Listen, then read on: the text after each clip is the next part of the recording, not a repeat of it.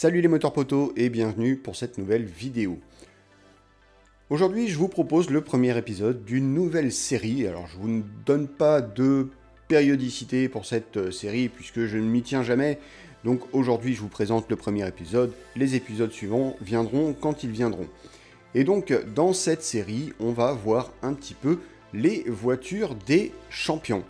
Alors ce sera toutes catégories confondues, il y aura la part belle quand même à la F1 puisque beaucoup de F1 un petit peu mythique.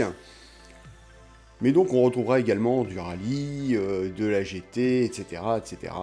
Bref, aujourd'hui donc on commence par de la F1 et pas n'importe quelle F1 puisqu'il s'agit de la Renault R25 de Fernando Alonso. Alors, donc il s'agit d'une Formule 1 qui a été présentée pour la saison 2005 et qui a vu un double titre, puisque ça a été le sacre de Fernando Alonso, mais également celui du constructeur, à savoir Renault. Cette voiture, qui est donc une monocoque composite en fibre carbone et alu en nid d'abeille, qui est équipée donc d'un moteur de 3 litres, qui développe 930 chevaux à 19 250 tours minute. Et c'est ça qu'on adorait à cette époque en Formule 1, c'était que les moteurs nous offraient une véritable mélodie. Un son incroyable, inimitable et surtout inoubliable.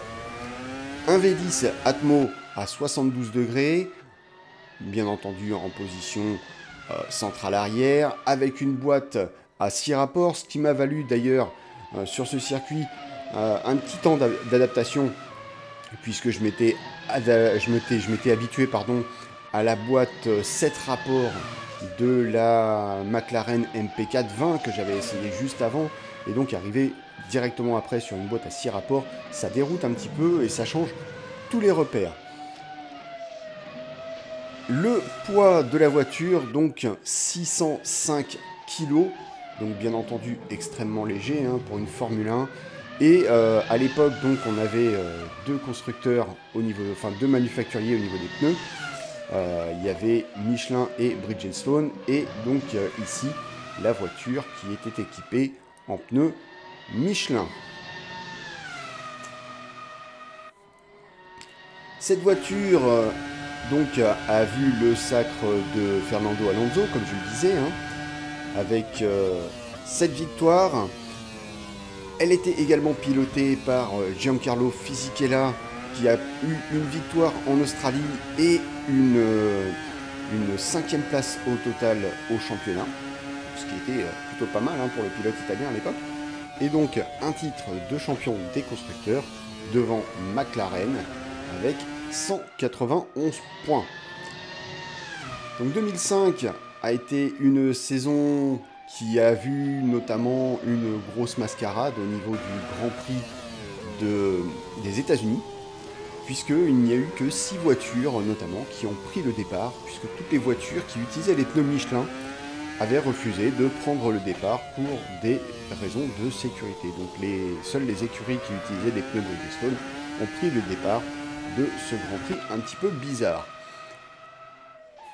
Deuxième fait marquant, Fernando Alonso, qui a eu son premier titre de champion du monde cette année-là, a été le plus jeune champion de l'histoire, puisqu'il est devenu champion à l'âge de 24 ans, donc record qui a été battu par Lewis Hamilton en 2008, puis par Sébastien Vettel en 2010.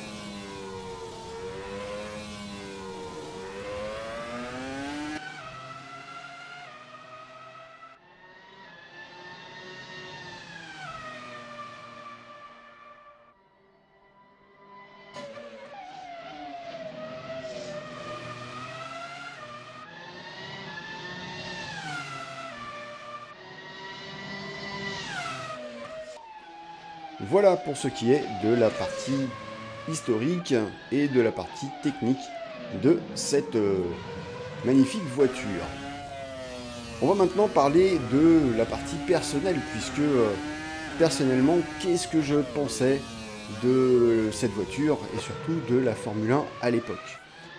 Eh bien, La Formule 1, il faut dire que ça a été quasiment l'une des dernières saisons que j'ai suivies. Je crois que j'ai dû arrêter en 2007, puisque je trouvais que la F1 n'était plus très intéressante à ce moment-là. Et pour vous dire, hein, je n'ai même pas vu le premier sacre de Lewis Hamilton, ni même celui de Vettel. Je n'ai repris la F1 que très tard, à savoir l'année dernière. Donc, ce que j'ai pu constater, eh bien, c'est surtout la différence de sonorité. Puisque, comme je le disais en début de vidéo, à l'époque, les moteurs chantaient. C'était une mélodie incroyable aux oreilles. Ce V10, comme je le disais, tout simplement inoubliable.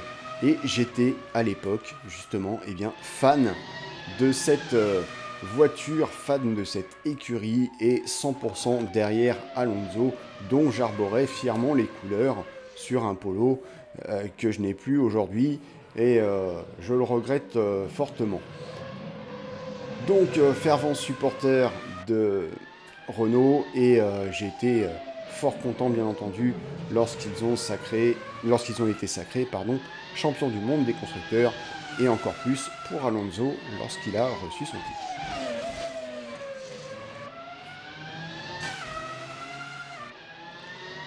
Mais quelle déception j'ai eue lorsque, presque un petit peu plus de 15 ans plus tard, eh bien, j'ai réécouté à nouveau le son insipide d'une Formule 1.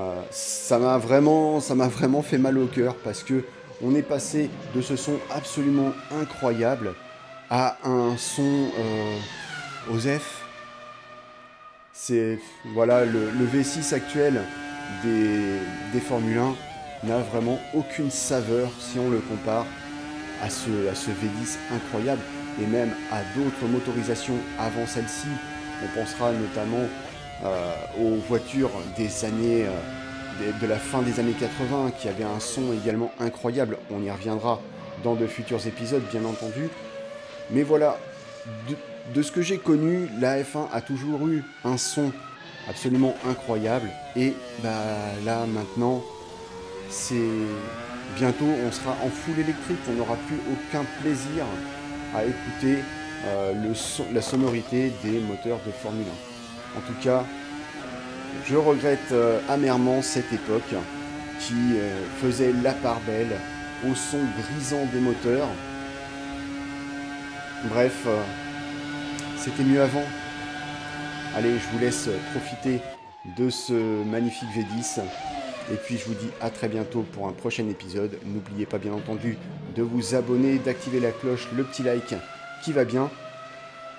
N'oubliez pas non plus qu'on se retrouve régulièrement en live sur Twitch, vous avez l'adresse en description. D'ici la prochaine vidéo, je vous souhaite une bonne route et bien entendu, soyez sages au volant. Kenavo!